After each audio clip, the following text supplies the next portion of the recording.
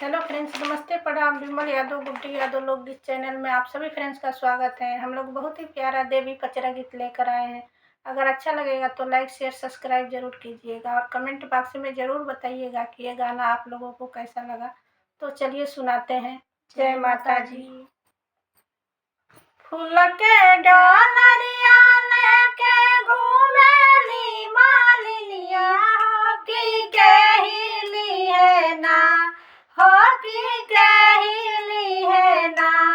हमरे फूल के डोलरिया के कहिली है ना, हमरे फूल के डोलरिया के कहिली है ना। हमरे फूल के डोलरिया के ही होली है ना। अपने मंदिरवा से निकले देवी मैया की हम लेबोना, तो की हम लेबोना।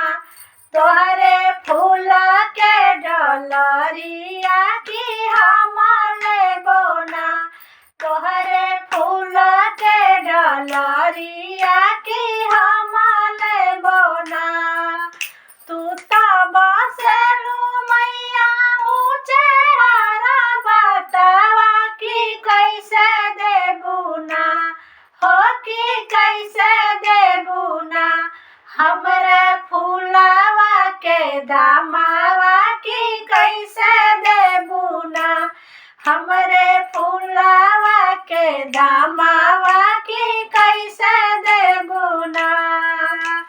जवन सोहागिन के मांगिया जुड़ावली, हो की उहे दिहे ना, हो की उहे दिहे ना।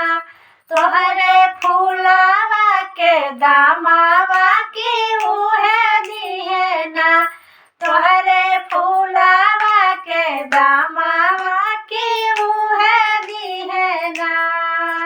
जवन बजनिया के कोखिया जुड़वावनी की उहे दिहे ना, हो की उहे दिहे ना। तोहरे फूलवा के दामावा की उहे दिहे ना, तोहरे फूलवा के दामावा के उहे दिहे ना। फूल के डोलरिया लेके घूमेली मालिनिया के कहिली है ना, हो की कहिली है ना। हमरे फूल के डोलरिया की कहिली है ना, हमरे फूल के डोलरिया की कहिली है ना।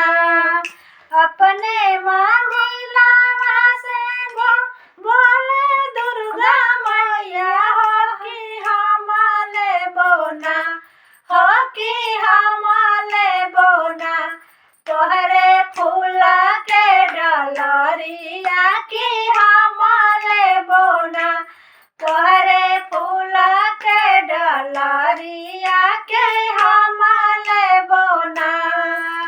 तू तो बसेलू मैया ऊँचे पर्वतवा की कैसे देबुना, हो की कैसे देबुना। हमरे फूलवा के दामावा की कैसे देबुना, हमरा फूलवा के दामावा की कैसे देबुना। जवना ही आंधा के अइया हम दिहनी की उहे दिहे ना, हो की उहे दिहे ना। तोहरे फूलवा के दामावा की उहे दिहे ना, तोहरे फूलवा के दामावा की उहे दिहे ना।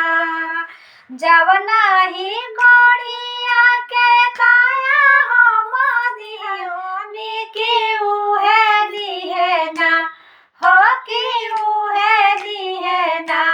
तोहरे फूलवा के दामावा की उहे दिहे दाम